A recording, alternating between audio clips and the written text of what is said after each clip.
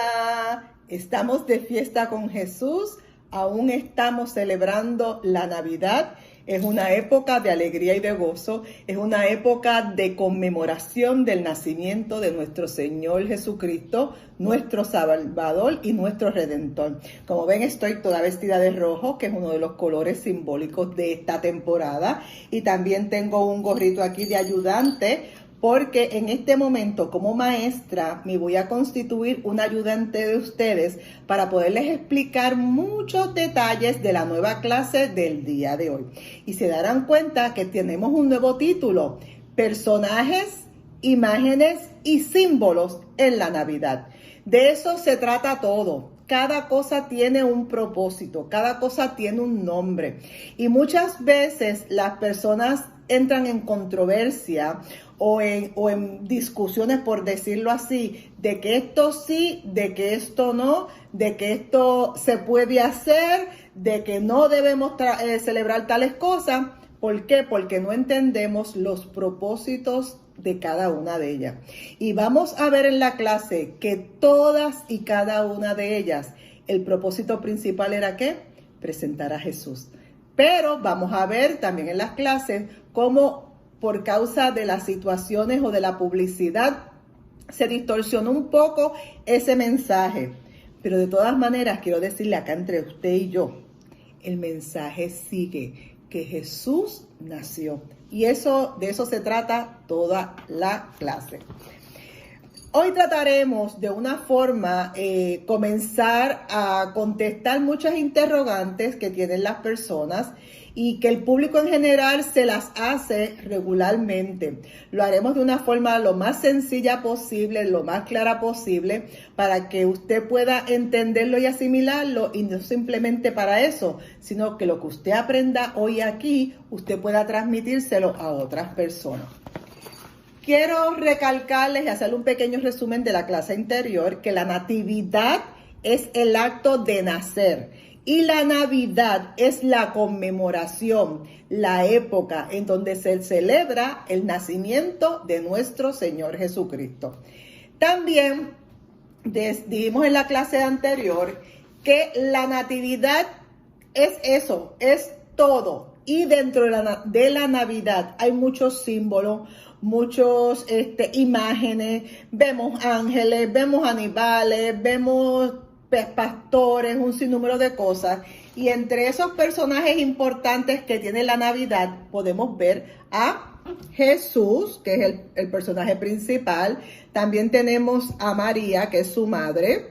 También tenemos a José, que es el padre terrenal. Tenemos a los pastores, tenemos a los ángeles, tenemos varios animales que estaban también en el área donde estaba Jesús, y en algunas imágenes podemos ver a 3 hombres sabios que muchas personas los llaman como los magos de Oriente. Lo más importante de la Navidad es que Jesús, siendo Dios, se hizo hombre para llegar a la tierra y redimirte a ti y a mí de todo pecado. Y esa redención lo que provocó es que el mundo mirara al Señor, pero han añadido muchos accesorios, por decir así, muchas cosas para adornarlo, y es lo que ha tratado de como que bajar un poco el verdadero significado, porque hemos entrado al consumerismo desmedido, más importante de lo que se trata la época. Jesús es la Navidad. Eso se los expliqué en la clase anterior y lo vuelvo a recalcar hoy. Jesús es totalmente la Navidad. Sin Navidad no hubiera habido cruz. Sin cruz no hubiera habido resurrección. Y sin resurrección no hubiera habido redención. Y sin redención no estuviera la iglesia como está hoy en día, donde está usted y donde estoy yo. Esto es algo sumamente importante y es la base de todo lo que estamos celebrando.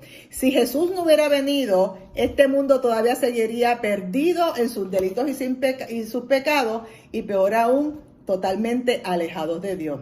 La celebración de la Navidad y la natividad de nuestro Señor Jesucristo es la esperanza que todos tenemos, y vemos en ese nacimiento el amor del Padre hacia nosotros. El verdadero significado de la Navidad Es el regalo que Dios nos hizo a cada uno de nosotros, enviando a su único Hijo para que estuviera con nosotros, muriera con nosotros y nos redimiera y nos reconciliara nuevamente con Él. Así que el verdadero significado y regalo de la Navidad es nuestro Señor Jesucristo. A pesar de todo eso que yo les estoy hablando, aún así surgen algunos errores y algunas confrontaciones, por decirlo así, y algunas decisiones o palabras que no corresponden. Y para eso vamos a estar tocando la clase de hoy. Uno de los temas sumamente importantes es en qué fecha, en qué mes, en qué día nació Jesús. Esa es una de las preguntas que regularmente la gente se hace, y por esa pregunta, esa fecha, hay mucha confrontación. Y vamos a estar tratando de tocarla de la mejor manera posible y de la mejor manera sencilla.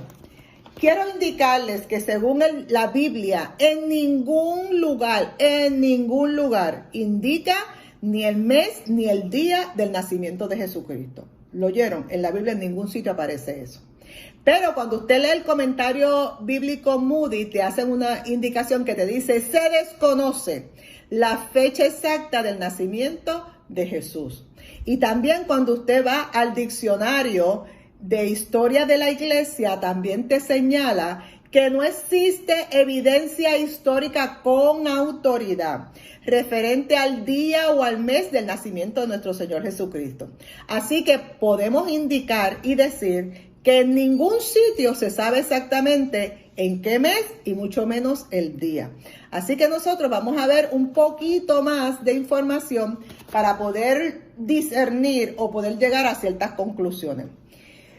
Aunque la Biblia no indica que él nació el día 25 de diciembre, como la gran mayoría de la gente, específicamente todo norte y centro y suramérica, algunas partes de Europa como España, en Francia, Inglaterra, son fechas que se celebra en Holanda, se celebra el 25 de diciembre. Hay otros países en Asia que no se celebran esa fecha o simplemente ni se celebra. Pero lo que nos competen a nosotros regularmente dicen que fue el 25 de diciembre.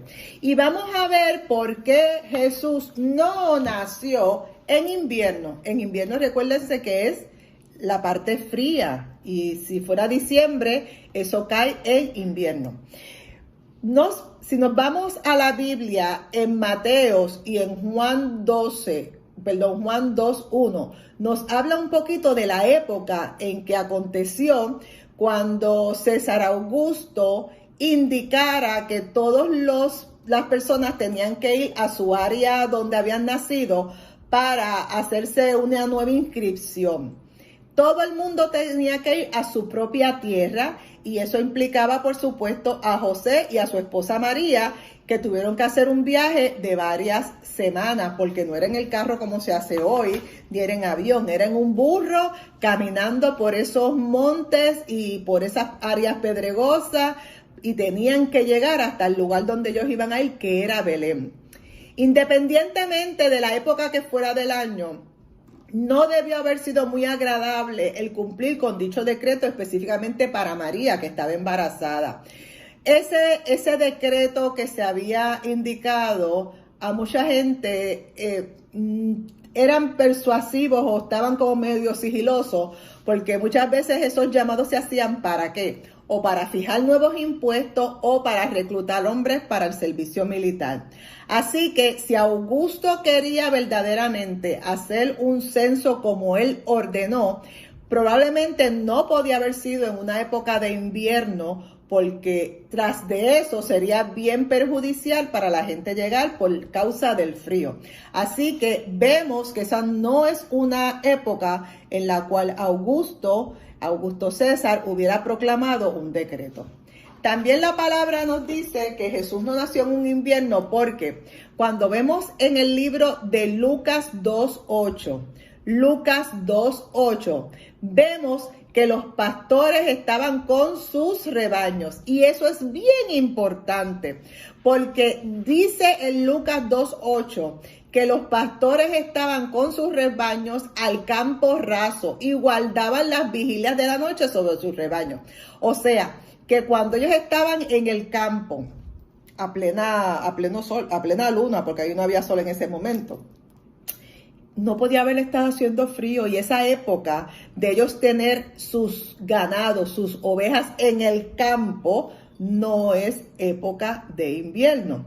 Así que la vida cotidiana en Palestina, las personas guardaban sus rebaños en otras áreas cuando era época de invierno, y en este momento, cuando ellos están en época de tener sus rebaños a campo abierto, regularmente es primavera, o si era primavera, porque ellos empiezan a contar el tiempo en que nació Jesús, el tiempo en que él murió, y comienzan a contar hacia atrás. Él estuvo más o menos 3 años y medio conviviendo con nosotros, así que cuando los estudiosos hacen cálculos, piensan que tiene que haber nacido más o menos las semanas antes de la Pascua, posiblemente finales de un marzo, y podía ser la época más o menos hasta noviembre, pero no llega hasta tanto noviembre, porque ya en noviembre está comenzando a hacer frío. Los pastores pasaban su invierno resguardando sus majadas, o sea, sus ovejas en el área de la majada, que era otro tipo de área para guardar las ovejas.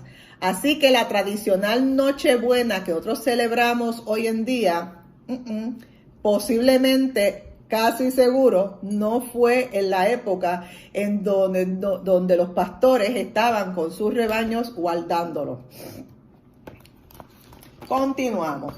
Vamos a ver que ellos piensan que puede haber sido en un otoño. Un otoño es más o menos ya agosto, septiembre, más o menos esa es la época.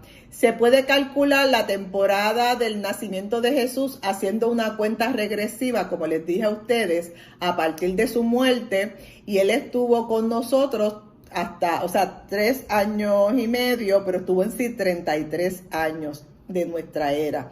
Y cuando buscan en Juan 19, 14, 16, Juan 19, 14, 16, vemos que ellos hablan que es una época de Pascua, que es lo que se llama el 14 de Nisan, y eso representa la época de la Pascua.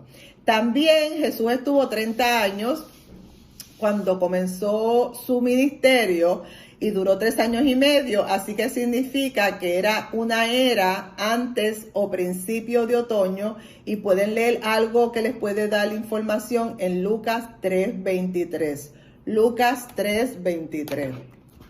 Vuelvo y les digo, no hay prueba de que Jesús haya nacido el 25 de diciembre. ¿Y por qué entonces la gran mayoría de las personas celebran el 25 de diciembre? Si ya se sabe que Jesús no nació en esa época.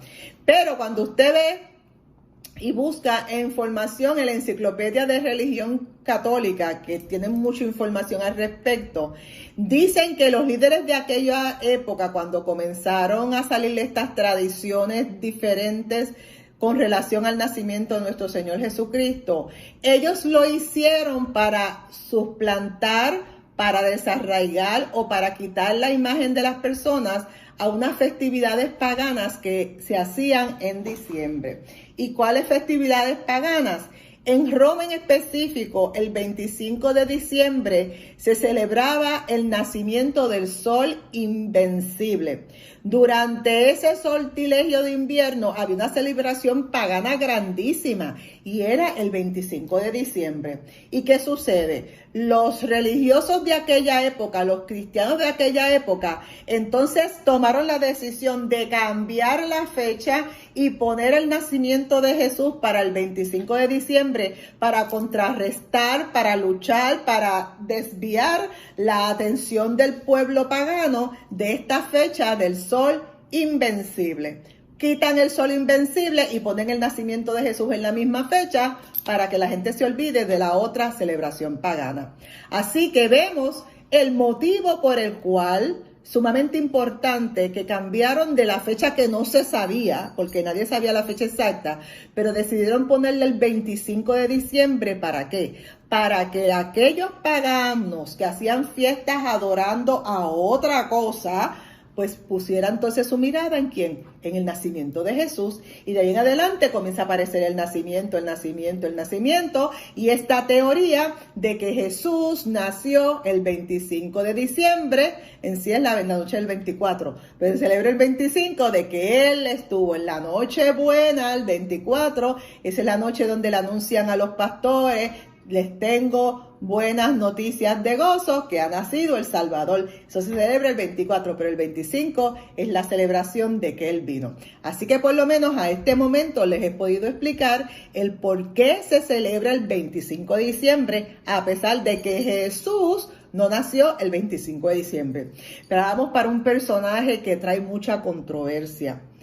Vamos a hablar de nuestro amigo Santa Claus. ¿Cuántos conocen a Santa Claus?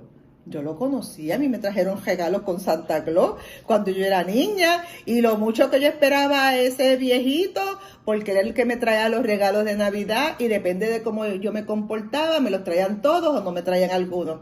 Y todo el mundo, los niños regularmente están esperando a Santa Claus. ¿Y de dónde aparece Santa Claus? ¿De dónde surgió este personaje que ha cogido la publicidad y la mirada de todo el mundo? Ahora vamos a aprender de dónde apareció Santa Claus. La historia y el origen de Santa Claus tiene como misticismo y algo bien rico, porque en sí Santa Claus no se llamaba Santa Claus. Era un obispo cristiano llamado Nicolás Mayer o Obarin. A veces dicen Nicolás de Mira, otras veces Nicolás de Mayer. Mírenlo aquí escrito, por si lo quieren ver el nombre, Nicolás. Quien vivió en el siglo IV en Anatolia, en Turquía. O sea, que Santa Claus, ¿sabe de dónde? De Turquía. Recuerden que Turquía es parte...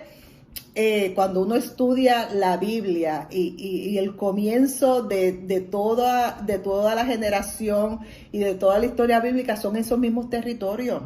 Es lo mismo, solamente que antes tenían unos nombres y hoy se llaman de otra forma. Pero vemos que el obispo cristiano San Nicolás de Mira o San Nicolás de Bari nació en el siglo IV en Anatolia, Turquía. Y las fechas... Actualmente hay muchos lugares donde lo veneran a él todavía. ¿Qué sucedió con nuestro amigo Nicolás? Nuestro amigo Nicolás todavía hoy lo veneran en Italia. Tanto es así que allí se encuentran aparentemente los restos de este hombre, las reliquias de este santo, porque en un momento dado lo catalogaron como santo, porque se le atribuyen algunos milagros a él también. Pero este hombre está en Italia. Nicolás, vamos a ver de dónde surgió nuestro amigo Nicolás. Nicolás era un hijo de una familia muy pudiente en aquella época, y su padre era un hombre de negocios, comerciante, hacía muchos trabajos por el mar Adriático, y su madre pretendía que su hijo fuera un sacerdote. Pero su papá quería que él fuera heredero de su imperio o de sus negocios, así que había un conflicto entre los dos padres. Pero ¿saben qué? Nicolás lamentablemente perdió a ambos padres por causa de una peste que hubo en aquella época. Y después de la muerte de sus dos padres, casi simultáneamente, porque fueron por la misma época, él decidió trabajar y tenía este sentido de apenarse y hacer empatía con la desgracia de las demás personas. Y entonces comenzó a trabajar en favor de las personas y se hizo sacerdote. Él sí, en ese sentido, cumplió el deseo de su mamá, se hizo sacerdote y comenzó a trabajar con esa nueva encomienda. En torno a la figura de él se atribuyen, como les dije anteriormente, muchos milagros, pero lo más importante era que él comenzó a dar de sus riquezas, comenzó a repartirla a las diferentes personas según sus necesidades. Y en tanta fue la ayuda que él ejerció en toda aquella área, que a él lo catalogan como santo patrón en Grecia, en Turquía, aún en Rusia y en algunos lugares de Francia lo catalogan como un patrón. Pero la historia de Nicolás, una de las más que llama la atención, fue que él se enteró de 3 damas que eran sumamente pobres y tenían edad de casarse, pero no tenían el dinero o la facilidad para hacerlo. Y él entonces lo que comenzó a hacer fue ponerle monedas de oro en botas lo que se usa ahora como calcetines, que por eso es que se hacen los emblemas o los símbolos de las botas dentro de la chimenea. Pues él comenzó a ponerle monedas de oro dentro de esos calcetines y él cogía y se los dejaba colgados en las chimeneas de las casas. ¿Para qué? Para que ellas tuvieran el dinero necesario para poderse casar. Por eso es que vemos que se utilizan las botas. Ahora ponen unas botas preciosas, ponen las botas en las áreas de la chimenea porque es recordando lo que el sacerdote obispo Nicolás hacía, que ponía monedas a aquellas personas que tenían necesidad. Lo más importante que Nicolás hizo fue que comenzó a ayudar y él estaba constantemente dando regalos. Por eso es que vemos que tenemos a un Santa Claus que lo que da son regalos. Y eso fue el motivo principal que Nicolás hizo, era regalarle a quien, a aquel que tenía una necesidad. Pero qué bueno todo lo que Nicolás hacía. Pero vamos a ver cómo fue el cambio o la transfiguración o cómo cambió de aquel obispo de Turquía que estaba constantemente dando regalos, cómo cambió al San Nicolás o Santa Claus que tú y yo conocemos hoy en día. Dice que toda esa transformación comenzó en el año 1624. Dice en la consigna BBC, que eso es una entidad francesa, que en el siglo XVII, estoy leyendo, en el siglo XVII es cuando comienza a aparecer la imagen de Santa Claus que llega a Estados Unidos. Y esa imagen viene desde Holanda porque BBC es una de las estaciones de televisión o de publicidad de Holanda. Y de allí en Holanda, cuando se estaba venerando o llamando la atención o buscando a Santa Claus, a San Nicolás, en ese momento le cambian el nombre y mire cómo lo tienen. Sinterklaas, es como se decía la palabra en holandés. Sinterklaas o San Nicolás. ¿Qué sucede? Que este personaje comienza a dar regalos entonces el 5 de diciembre. Santa Claus, Sinterklaas o San Nicolás cogía el 5 de diciembre para repartir regalos a todos los niños de su área. O sea que no es el 25, él comenzó el 5 de diciembre. ¿Qué sucede? En el año 1809, el escritor Washington Irving deformó, rompió, transfiguró el nombre de Sinterklaas, lo cambia al nombre de Santa Claus, que es el que usted y yo conocemos. Que, como quien dice, ahí comenzó en el año 1809 verdaderamente el nombre de Santa Claus como es hoy en día. Luego de esa época, el poeta Clement Clarke Moore hizo un aporte y comenzó a hacer un poema donde entonces pone a Santa Claus como que fuera un enano y que fuera delgado, y dice que entonces en esas vísperas él comienza a regalar a los niños, y ahí comienza la historia en ese poema de que viajaba en un trineo que venía desde el Polo Norte, y ese trineo venía tirado por unos 9 venados, y entre uno de ellos está el famoso Rudolf, que es el de la naricita roja, ¿verdad? Que es el que todo el mundo habla. Esa historia y esa celebración comenzó a propagarse de que Santa Claus era un personaje sumamente dadivoso, y entonces ahí comienzan a cambiarlo. En el 1870 comienzan a cambiar este Santa Claus. Antes Santa Claus se vestía de verde, ahora comienzan a vestirlo gordito, con barba, con una ropa roja y con diferentes detalles, como el gorro, no como el mío, el de él es blanco y rojo, pero con detalles específicos del Santa Claus que usted y yo conocemos. Y eso comenzó con un dibujante alemán estadounidense, Thomas Nast, que es el que cambia la forma del Santa Claus como está actualmente. Para finales del siglo XIX, a partir de los anuncios que da la compañía Lohmen Company, esta que está aquí, Lohmen Company, que es una empresa estadounidense en Estados Unidos, que se encargaba de todos artículos de refrigeración, de frigoríficos. Él entonces comienza a introducir la tradición de Papá Noel que viene desde el Polo Norte. Recuérdense que toda esta historia comienza en donde, en Europa, en Turquía, y después termina Francia, toda esa área, y entonces comienza y llega a Estados Unidos. En Estados Unidos, pues entonces comienzan a ponerlo en estos emblemas navideños donde aparece un Papá Noel que viene desde el Polo Norte y que comienza a dar regalos, y ese era el transporte que él utilizaba para venir de donde fuera, que después dicen que es desde el Polo Norte, pero de donde fuera, a traer regalos al mundo entero. Pero ¿qué sucede? Ya tenemos a un Santa Claus que es más gordito, que tiene barba, que ahora tiene trineos, tiene reno, que se viste de rojo, y ya le están dando promoción de ese sentido. Pero ¿qué sucedió? En el 1930, la compañía Coca-Cola, y esto no es un anuncio pagado, la compañía Coca-Cola adquirió los derechos de este objeto, de esta imagen de Santa Claus, y la puso en todos sus anuncios. Por eso usted se podrá dar cuenta que ningún otro bebida puede utilizar a Santa Claus, porque eso es un trademark, eso es unos derechos adquiridos de la Coca-Cola.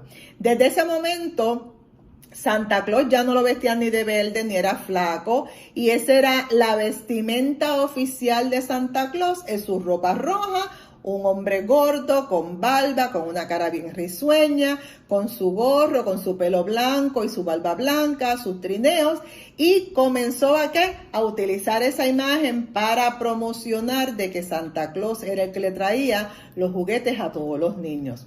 Ahí es que empieza el marketing, la promoción bien fuerte de esta gaseosa que se llama Coca-Cola, y aprovecharon la oportunidad de vestirlo de color de rojo, porque también esa era una época de la depresión, la gente tenía muchas necesidades y utilizaron este emblema para subsanar la necesidad y la carencia que había en aquel tiempo, específicamente para los niños.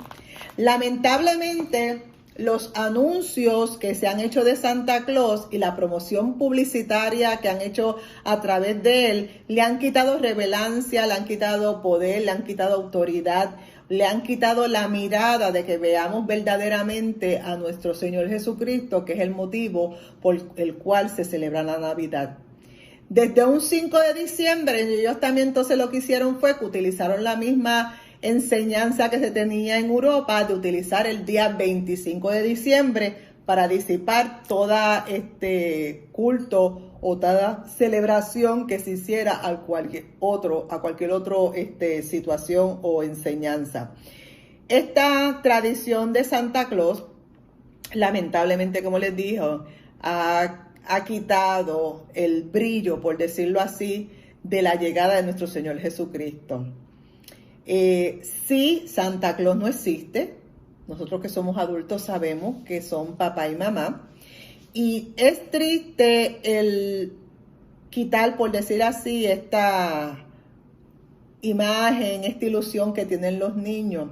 Simplemente usted le puede indicar a su hijo y a su familia cuál es el motivo verdadero de la Navidad, que es el nacimiento. Santa Claus es un personaje como si fuera algún muñequito, como si fuera algo adicional, pero que Jesús es el regalo y Santa Claus pues se utiliza como una imagen para poder llevarle a las personas una época bonita y feliz de una entrega de regalos. Aquí les puse unos ejemplos de las diferentes transiciones de Santa Claus. Aquí lo vemos como el monje, que él se ponía una ropa larga, y después lo vemos ya entonces ya vestido de rojo. Después lo vemos con juguetes, y el Santa Claus actual, en el cual se utiliza para que los niños le escriban y le hagan sus notitas de sus regalos.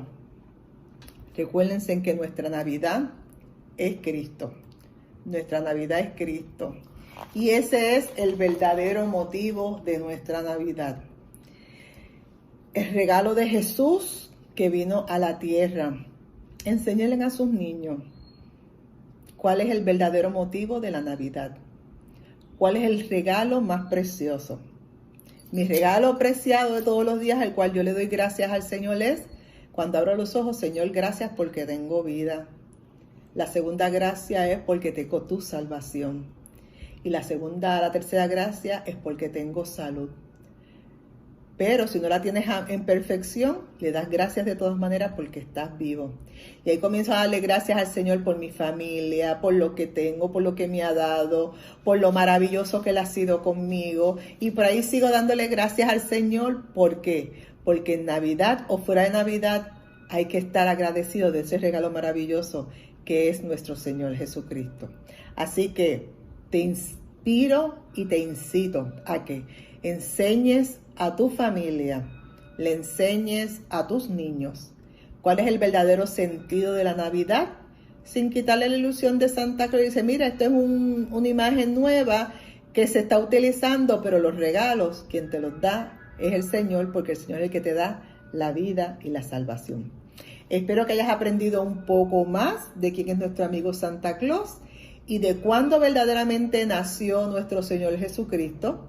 Pero quiero que sepas, celebra la Navidad, no te pongas triste, no te apapaches. Celebra, porque esta es una época que el Señor ha permitido para que tú y yo lo celebremos. Come con moderación, disfruta.